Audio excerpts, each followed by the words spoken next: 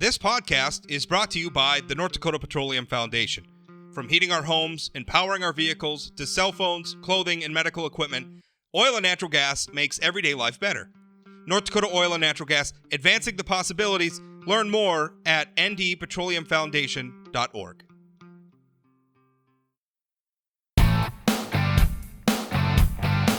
Well, hello. Welcome to another episode of Plain Talk Live. Happy to be with you. If you're from North Dakota, you've heard of the Fighting Sioux. It used to be the nickname of the University of North Dakota's athletic teams, probably most notably the hockey team. That's undoubtedly the most famous, most high-profile sports program at the University of North Dakota. But there was a years-long battle over the Fighting Sioux nickname, with one side saying that the nickname was offensive, the other side saying that no, it's a part of our heritage, both for Native Americans and non-Native Americans, and believe it or not, they were people of all races on both sides of this issue. It was a very long debate. It was a very involved debate, and it ended with the University of North Dakota being rid of the nickname. Despite there were ballot measures, the legislature got involved at one point. It was quite the thing. I of course at the time was a supporter of keeping the nickname, not because I necessarily wanted to offend anybody. I think I didn't see it as being offensive. But obviously other people agreed. It's an interesting story, put it that way. And telling us that story now is Matt Fern. He's made a film about it, a documentary. It's had a theatrical release at this point.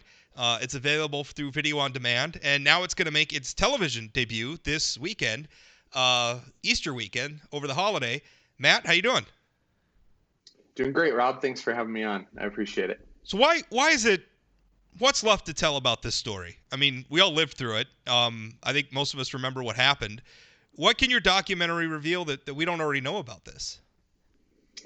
Well, I think there's a lot to learn about it. The whole reason I started this film was I heard a lot of news stories about this issue over the years. I've been to a Sioux hockey game when I started this film, more of a movie guy, but really had never seen this issue kind of told from a bigger picture. And so I went out and interviewed tribal leaders, students, alumni, bloggers, reporters, politicians, and tried to really understand this issue from all sides, and also kind of document it, because I started in 2013. This is just about 8 years, and the name and logo, the statewide vote, had just removed it from UND's athletic teams. And so I thought this is a bigger story to tell, and it'd be good to get it all on record so we could move on. So tell us, I mean, who did you talk to? I mean, how did you go about making this film, and what inspired you to do it? I mean, what inspired you that this was something that you wanted to do? Yeah, for the first part of your question, reached out to as many people as I could. We have over 50 interviews in the film. We talked to people in the NCAA, talked to reporters and bloggers like yourself. You were gracious enough to do an interview. We filmed on the reservations, talked to tribal leaders, the Wayne Stenjum, the Attorney General, Tim O'Keefe, the alumni director at UND at the time.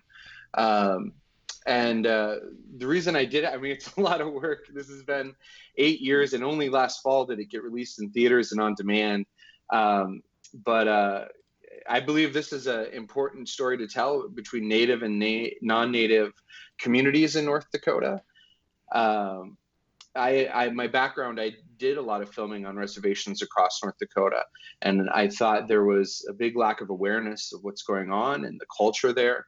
And just have seen and heard a lot of issues of Native and non-Native, misunderstandings is a good way to put it. And I thought this would be a good story to tell, to have those hard conversations about race. And I thought the logo was a good kind of foundation for that conversation. The interesting thing about that is we're still having a lot of those debates today. I mean, matter of fact, this year the Cleveland Indians baseball team is going to be operating without their law. Well, they're not the Indians anymore. They're going to be. I get they haven't picked a new name, so I don't. I guess I don't know what they're operating as. The Washington, what used to be the Washington Redskins, is now operating as the Washington football team. So there's a lot of stuff like that where we're continuing to have these debates. And frankly, I can tell you, you interviewed me for the for the piece, and I should make it clear, I haven't. That was my sum total of my participation in the film. I wasn't like Matt didn't cut me a check to put this beautiful face in his film. In fact, he probably would have had a bigger audience if he didn't include me.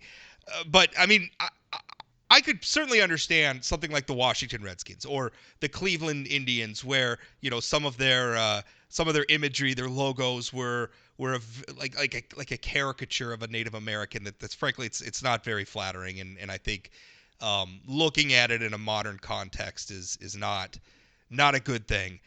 And I can understand transitioning. I think what really was tough for me with the Fighting Sioux fight is just how much Native American support it really didn't have. I mean, there was a very outspoken group of Native Americans who it wasn't just that they weren't offended by it or that they were ambivalent about the nickname, but actively campaigned to keep it. And as a matter of fact, the only public vote that we had on the nickname specifically is we looked at, you look at Spirit Lake. The Spirit Lake Reservation held a vote, and they voted, if I'm remembering correctly, it was well over 60% in favor of keeping the nickname. So it was, I think it was a unique debate, even within the context of the overall debate about some of these sporting nicknames and depictions in media.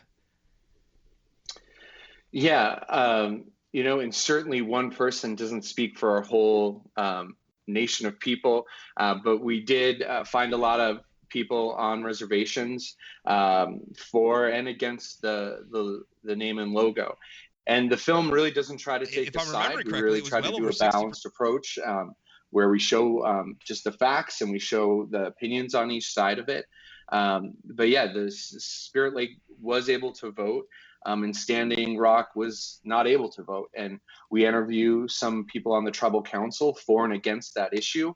And they kind of explained their reasoning why they didn't want it to be a public vote. Basically, Dave Archambault, the former tribal chairman, who was a councilman at the time, he said that his main reason of not supporting a vote on that reservation was that the government won't even honor it, which kind of ended up being true. They said they didn't want it after this period of time, and the legislature could a statewide ballot over the issue. Yeah. So all that's in the film here, and I think people will, learn a lot on both sides of the issue. Yeah, and it's tough because you can even come back on that rebuttal and say, well, I mean, it's hard for anybody on Standing Rock to say that Standing Rock spoke when they didn't have a vote either. I mean, that's tough. I mean, Standing Rock's leaders spoke, and they certainly are, respectful of their point of view, whether I agree with it or not.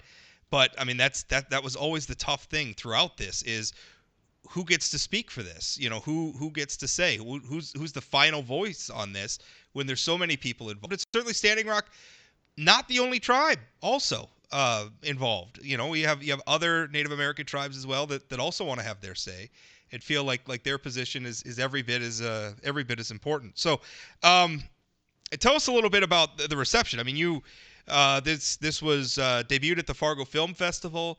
It's been in a theatrical release. People have seen the film. How have they reacted to it?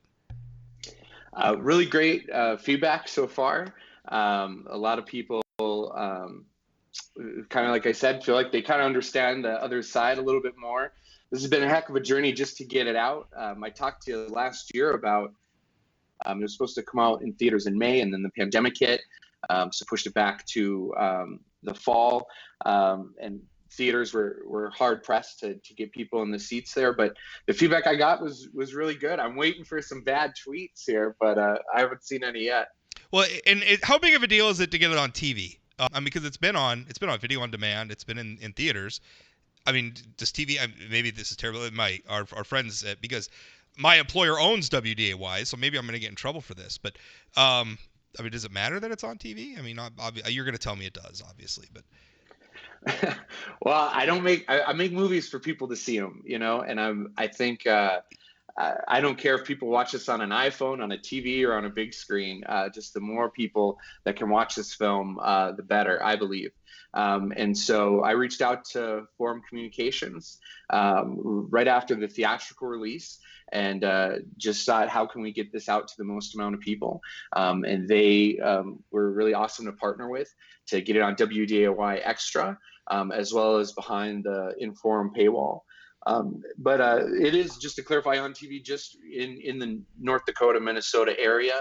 The movie has a life cycle here from theater to on demand to TV. I'd love to get it on a streamer, and I'd love to take it internationally. I think Netflix has proven there's an international market for movies, and I'm a big proponent of telling stories and entertainment in North Dakota, because I think we have a very special story to tell and a unique story to tell.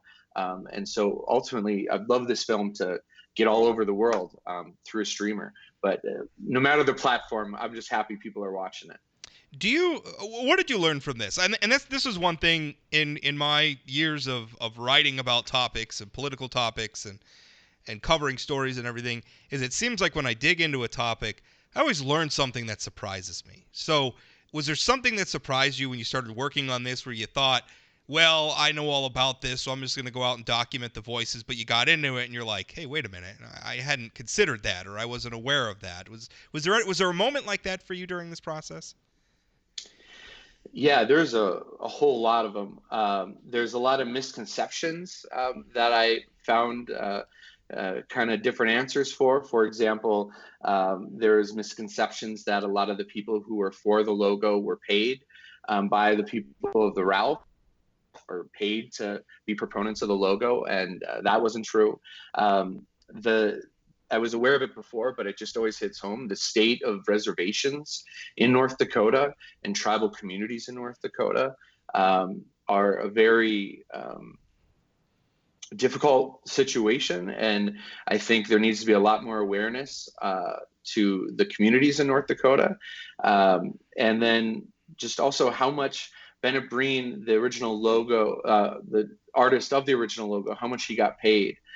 He only got paid a few $1,000s. Yeah. And so that was very surprising to me as well. But yeah, there's a whole lot. I mean, we really peel back the layers on this film. It's an hour and a half, and I think people learn a lot. I think people are hearing an hour and a half about, because that's one common reaction when I've talked to people about this, and I've told them, yeah, I'm in this thing, and a lot of people are like, why are we still talking about that? We went through all that. I'm tired of it. And now you hear, oh, it's an hour and a half of it. Why do I want to? What would you say to people like that, saying why do they want to invest an hour and a half of their time in this? Well, number one, I really try to make it entertaining. It's shot really I'm saying cool. that I'm not shooting down your. I just, why is this story important enough to take an hour and a half of time, right? I'm not Right. doubting your skills as a storyteller and a filmmaker, Matt. Yeah, I took that the wrong way. The story of just between native and non-native communities is still a very big issue here today. Just even with the legislature right now and the debate of including Native American history in classrooms, it just is a constant debate of that culture and that clash of cultures. And so I think people can kind of learn a lot about the tribal communities, and also learn a lot about just the politics behind this. This is just a name and athletic logo, and it really has become a huge business, and just a huge I guess, yeah, just a huge business behind Yeah. it is really Well, important. that's one of the things too that was eye-opening for me. And I've written a lot about collegiate athletics, and I think people familiar with my work know how I feel about big-time collegiate athletics, which is that they're a distraction.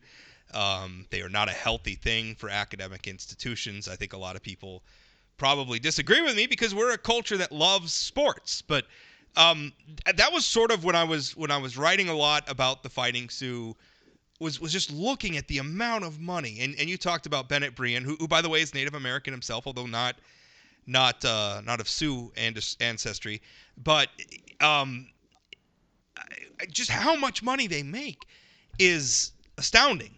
It really is a big business, and I think there's a part of it there as well. And then there's another part of it where again I think we can agree that we don't want.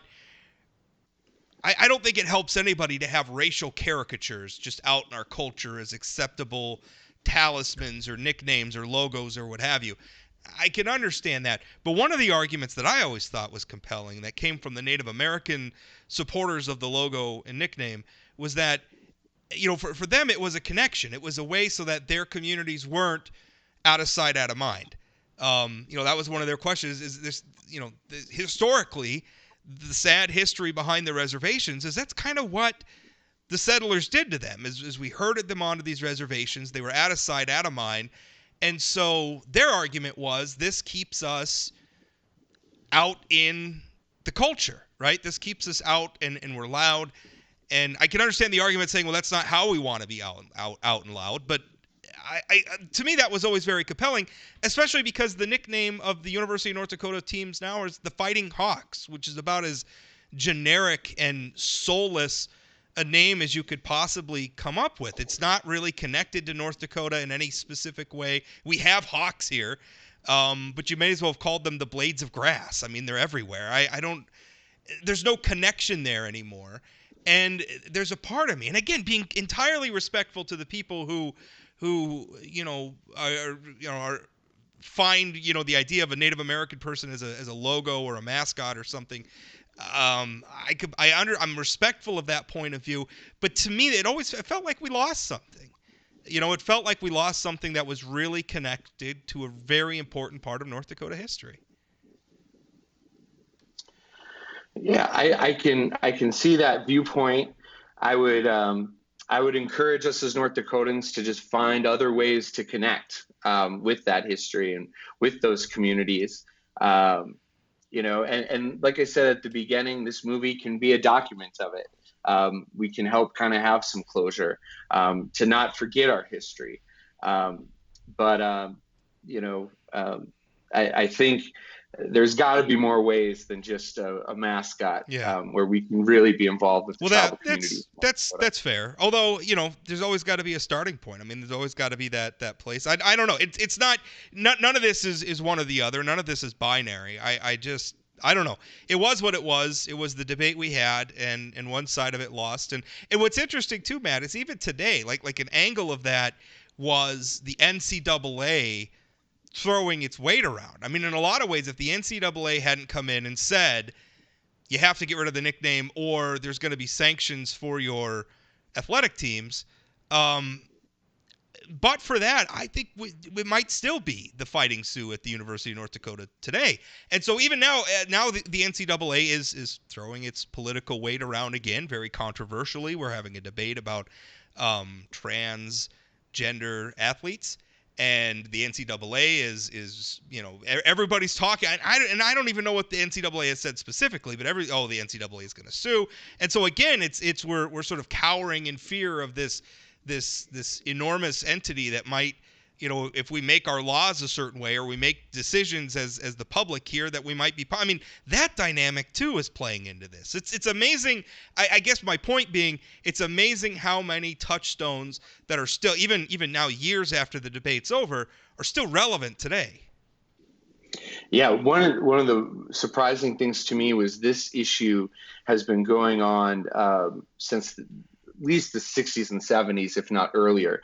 And the documentary does include a lot of archival footage over the years showing a small group. I mean, it started as a very small group of students trying to speak out against this. And I agree with you 100% that without the NCAA making that move to really put the pressure on University of North Dakota, they probably would still be the Sioux or be one of the last universities to change their name. But yeah, it's been going on for a long time. And the NCAA is a big part of the film. They gave us a statement to include, and we did film outside their building, but no one directly from the NCAA was interviewed for the film. However, we did find some public domain clips that kind of helped shape their viewpoint. So tell me about being on television. What are the specifics? How do people find this if they want to watch on their televisions on Sunday? Yep, they can go to inforum.com to find out where to watch WDAY Extra. It's the ABC affiliate across North Dakota and into Minnesota. You can go to our Facebook page, Fighting Sioux. We have a bunch of graphics showing where you can find that signal, but it is 7 o'clock Central this Sunday, Easter Sunday, on WDAY Extra. It's 90 minutes, and I'm really excited for people to see it here and to hear this whole story. Well, I am too. I got to admit, I missed it. I wanted to go see it in the theaters. I wanted to write that it was coming out in the theaters because I do think that this is an important story to at least reflect on, and maybe look at some of our modern issues through the lens of history. Right? That's what we're supposed to be learning from. Right? Is our history. But unfortunately, I was in the hospital with COVID all through December and just haven't really been able to watch it. So I'm going to be tuning in on Sunday. I hope all of you do as well. FightingoverSioux.com is the website to go to if you kind of want the central hub for information. Is that right? Yeah, not only can you find more about it, but there's a 15-minute extended and unrated cut you can watch, and you can rent or own it right now. But fightingoverSioux.com for extended version of the film. And to you, Rob, I got to say thank you for being part of the film, and thank you for all you do for North Dakota as a journalist. Even being kicked out by COVID, you've come back stronger than ever. And so North Dakota is very lucky to have you. Well, kudos to the awesome work you're doing. COVID almost took me down, but I made it. So, Matt, thank you so much for your time. I appreciate it, sir. Yep, happy to be here.